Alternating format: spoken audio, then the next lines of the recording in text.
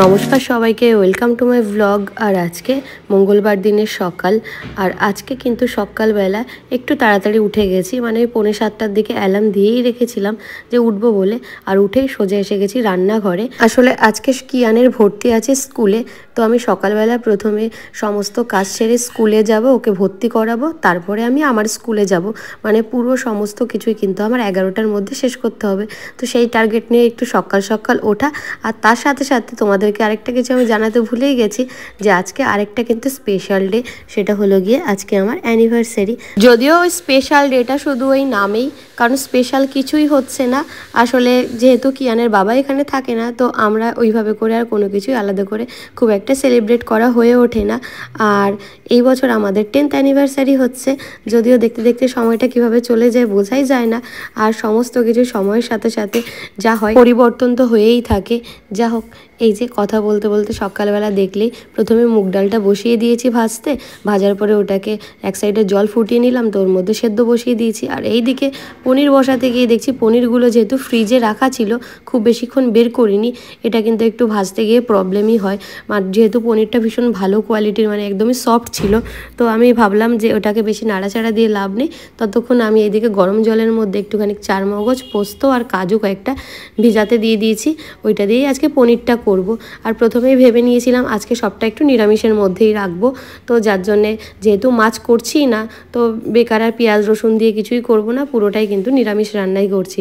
আর পনির ডাল করছি, তার সাথে ভাবলাম আজ একটু যাই হোক, স্পেশাল বলে কিছু না হলেও রান্নার ক্ষেত্রে কিন্তু মনে হয় যে চলো তাহলে একসবের সাথে একটু ফ্রাইড রাইস করাই যেতে পারে। তো আজকে করছি হচ্ছে ভেজ মুগ ডাল আর পনির আর হচ্ছে ফ্রাইড রাইস। ডালটা আমার বিশেষ করে কিয়ানের জন্য করতেই হয়, তো আজকে ভাবলাম ভেজ মুগ ডালই করি। যদিও সমস্ত ব্যাপারটা ভীষণ সংক্ষিপ্ত আর তাড়াতাড়ি করে করার চেষ্টা করছি, কারণ আমি চাইছি যে মোটামুটি ওই 7টা থেকে রান্না শুরু করেছি, 8:30 9টার মধ্যে এখান থেকে বেরিয়ে পড়বো। তারপরে 1 ঘন্টার মধ্যে আমি নিজে স্নান খাওয়া দাওয়া করে রেডি হয়ে একবারে রেডি হয়ে বেরোবো 10টার দিকে। আর তারপরে যতক্ষণ ভর্তি করতে লাগে আর সবটা সেরে আমি আমার স্কুলে চলে যাব। এই টার্গেট নিয়ে এগোচ্ছি। কেউ এখনও ঘুম থেকে ওঠেনি, না মা না কিয়ান।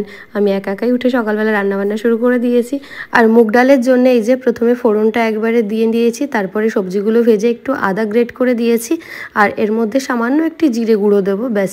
এবার এটাকে অল্প করে ভাজবো, খুব বেশিক্ষণ নয়, যেহেতু ঘরোয়াভাবে করছি তো খুব বেশি ভেজে কিছুই করব না, অল্প করে ভেজে এবার দিয়ে দিলাম মুগ ডালের মধ্যে, ব্যাস। এবার সামান্য আর একটু জল দিয়ে দিয়েছি।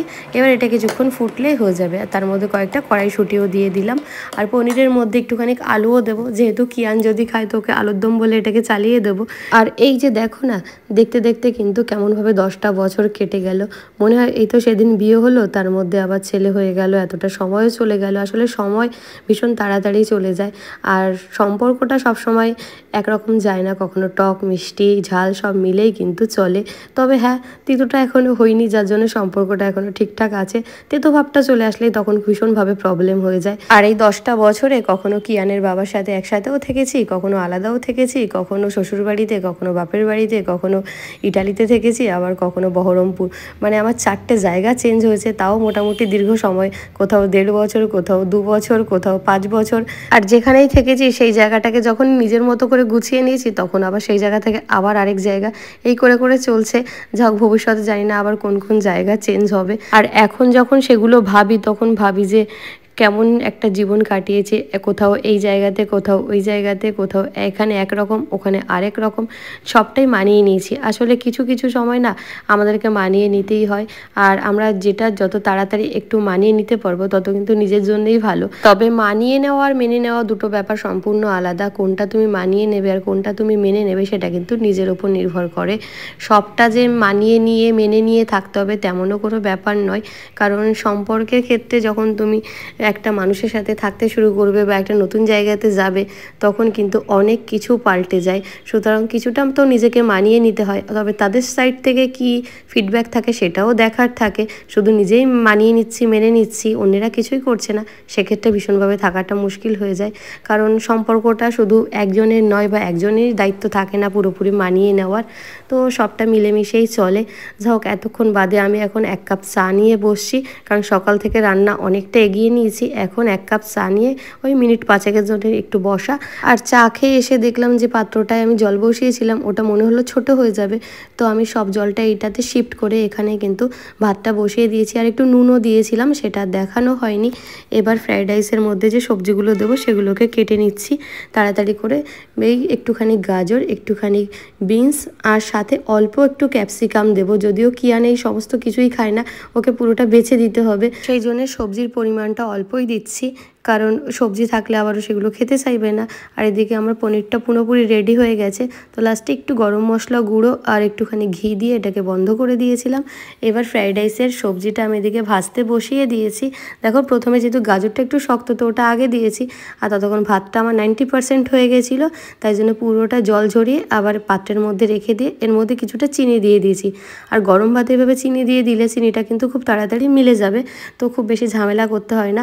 আর তারপরে দিয়ে দিলাম কিছুটা পরিমাণ ক্যাপসিকাম, একটু বিনস আর কয়েকটা কড়াইশুঁটি। তো সবটাকে কিন্তু ওই অর্ধেকটার একটু বেশি ভাজবো, মানে পুরোপুরি ভাজা ভাজা করব না, কারণ গরম ভাতের মধ্যে পড়বে, তো এটা কিন্তু আরও কিছুটা বয়েল হবে। তো দেখো পুরোটা দিয়ে দিয়েছে। তাছাড়া সবজির কালারটা চেঞ্জ হয়ে গেলেও ভালো লাগে না, এরকম একটু সুন্দর কালারফুল থাকলে তবেই ভালো লাগে। তো মিলিয়ে টিলিয়ে এবারে আরেকবার করে আমি ফোড়ন দিয়ে দেওয়ার জন্য কড়াইতে কিছুটা সাদা তেল ঘি নিয়েছি, তার মধ্যে আদা কুচি, গোটা গরম মশলা আর কিছুটা কাজু কিশমিশকে অল্প করে ভেজে নিচ্ছি। নেওয়ার পরে আমি কিন্তু এভাবে কাজু কিশমিশ ভেজেই দিই, ভেজে দিলে একটু মনে হয় টেস্টটা বেশি বেটার হয়। তো সবটাকে এবার মিলিয়ে ইন্ডাকশানের ওপর বসিয়ে ওই মিনিট 2-3-এর জন্য এটাকে কিন্তু একটু দমে মতো বসাবো। আর এর মধ্যে সামান্য একটু আমার ঘরে বানানো বিরিয়ানির মশলা আর একটুখানি গোলমরিচ গুঁড়ো আর একটু কেওড়া জল দিয়ে দিয়েছি, ব্যাস। এবার সবটা মিলিয়ে মিশিয়ে ঢাকা দিয়ে ওই মিনিট 2-3 রেখেছিলাম, তারপরে কিন্তু যাতে খুব সুন্দর ফ্লেভারটা হয়ে যায়। আর এই সাইডে একটু বলতে বলতে চাটনিও বসিয়ে দিয়েছিলাম, সেটা দেখানো হয়নি। তো ভাবলাম যে সবটাই করছি, চাটনিটা বাদ যাবে কেন, তবে কিন্তু খাওয়াটা পুরোপুরি সম্পূর্ণ হবে। তো এই যে তাড়াহুড়ো করে এখন আমি বসছি খেতে, এত কিছু দিয়ে খাওয়ার সময় নেই, শুধু ফ্রাইড রাইস আর পনির দিয়েই খেয়ে এবার আমি রেডি হয়ে গেছিলাম। এই যে শাড়ি পরে নিয়েছি, আর ততক্ষণ কিন্তু দেখো আমি বেরোচ্ছি, আমার মহারাজ এখনও ঘুমাচ্ছে। তো মহারাজের দিকে এখন তাকিয়ে লাভ নেই, কারণ ভর্তি আমাকেই করতে হবে। তাড়াহুড়ো করে চলে যাচ্ছে এখন কিয়ানের স্কুলে। এখন 10টা 15 মতো বেজে গেছে, গিয়ে দেখি কতটা কি ভিড় আছে। তাড়াতাড়ি হয়ে গেলেই ভালো, কারণ আমাকে আবার 11টার মধ্যে স্কুলে পৌঁছাতে হবে। আর বিকেলবেলা যা হোক ওকে ভর্তি টর্তি করে আমি আমার স্কুল মিটিয়ে বিকেলে এসেছি। এখন ওই 7:30 মতো বাজে, আর আমরা যাচ্ছি মোহন মোড়ের ওখানে হনুমান মন্দিরটাতে। যেহেতু ভাবলাম আজকে মঙ্গলবার দিন আছে, সকাল থেকে নিরামিষও খেয়েছি, তো ভাবলাম একটুখানি পুজো দিয়েই আসি। তো আজকের দিনে ঠাকুরের কাছে প্রার্থনা করার থেকে আর ভালো কি হতে পারে, তাই